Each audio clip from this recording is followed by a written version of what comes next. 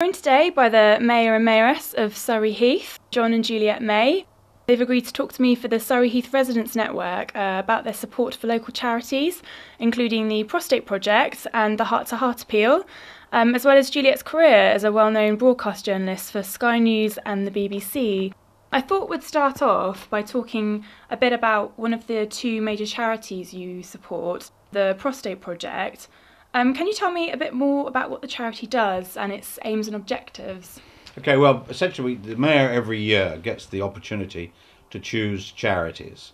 He can choose one charity or two or more. What we decided to do this year is to choose the prostate unit down at Frimley Park Hospital and the Heart to Heart at Frimley Park Hospital. There is a high incidence of prostate problems in this area, maybe because it's an awareness that has gone on before, particularly GPs are aware of it, and people, because they see it and hear about it, maybe talk to their GPs more often than they would if they lived elsewhere. So what's happening down there is that they have a centre of excellence for urological situations, which prostate comes under. Now, a lot of people, about 9 out of 10 adults, have no idea what the prostate does. And it sits under the bladder and it produces semen, basically, which goes into the urethra in men. So it doesn't affect women. Now, there are about 250,000 people living with this in the UK. So there's a high incidence of prostate cancer, but there are different levels, if you like. What's happened recently is there was an antigen test which they did using blood, and now they're using, they can do it as a urine sample, which actually is more efficient and more accurate. So lots of things going on in the research side down at Frimley Park Hospital. In terms of Heart to Heart then, which, if I'm correct, it's aiming to raise £1.5 million to fund equipment for the treatment of heart attacks at Frimley Park Hospital. Perhaps you could explain a bit more about what you're hoping to achieve from the appeal. Well, the Heart to Heart started in January 2010. In their first year, they have done about 150 procedures. So they basically saved 150 lives. The procedure is a very interesting one because it takes a catheter with a little balloon inside it, and it goes in and unblocks arteries. And you need to see, of course, the heart, and there's a sort of X-ray imaging so the medic can see what's going on, and it opens up the blockage with this catheter. This balloon widens it up, and they put what's called a stent in which keeps the artery open, and it's wonderful. Now, considering that you have to have this operation done within 2 hours of having a heart attack, otherwise there can be side effects, or they give you drugs and the drugs can have side effects. This is very, very important that there is, in the A&E side of Frimley Park Hospital, this equipment and the medics 24/7 ready to do it. So it is 1.5 million. The first phase is about 750,000, of which they've got 320,000 roughly to date.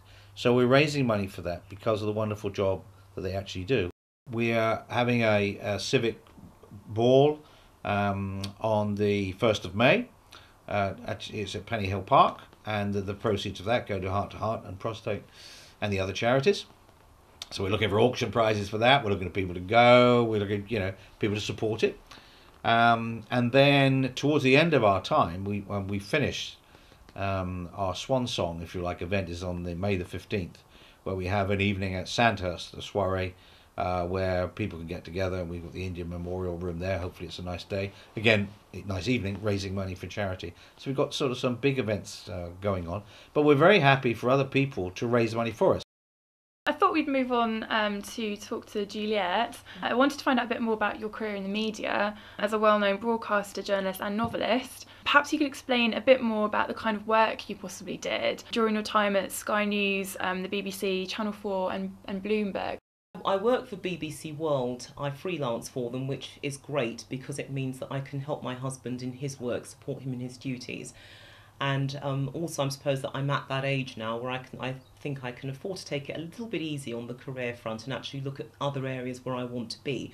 But the great thing about working at BBC World is that it's a very mature team of people. And the thing about it is that because I've been in the industry for many years, I've worked with many of them before. So I either met them when they were floor managers at TVAM, because I used to be a reporter there, or I bumped into them at Channel 4, or we used to work together at Bloomberg, but somehow or other there's a coming together. It's the two ends of the line making a circle, so there is that familiarity. I work in the business and economics unit, and I got that really from Bloomberg. Now, Bloomberg was a very tough environment in which to work, because you're dealing with a constant surge of information coming from every corner of the financial spectrum in every part of the world. Now, I never had an economics background behind me, but I got that from working at Bloomberg. We look at economies around the world. We'll look at if the economy in Honduras is interesting to us for whatever reason, we will look at that. We will look at the economy in Russia. We will look at the Italian economy. We will look at an African economy. We will look at an economy in the West Indies, whatever. When I was training at the stage where you are now, I do remember going to the Old Bailey and hanging around a corridor and chatting to a woman and saying to her quite naively, "Are you a member of the press?" "No." Are you going to give evidence?" "No."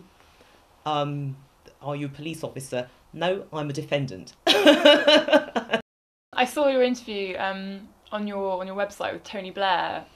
What was that like? Interesting, because it was a very controlled situation, but and it was quite funny because I was told, well, look, you can ask him X, Y, Z, and it was okay, fine. But I thought, I'm going to have one question up my sleeve, and you're going to have to deal with it when I ask you. And it was quite funny because he hadn't been expecting it, and the eyes just kind of opened wider than Bambi's. So the thing about news is that you have no idea when the big story is going to break. When a story happens, you can pretty much tell what its life is going to be. You can work out the angles before they're covered. And but when you get a story as big as Michael Jackson suddenly coming out at you, nobody expects it. In my earpiece, I could hear what was going on in the gallery. So you had people giving different instructions, coming in left, right and centre, but they were still in control.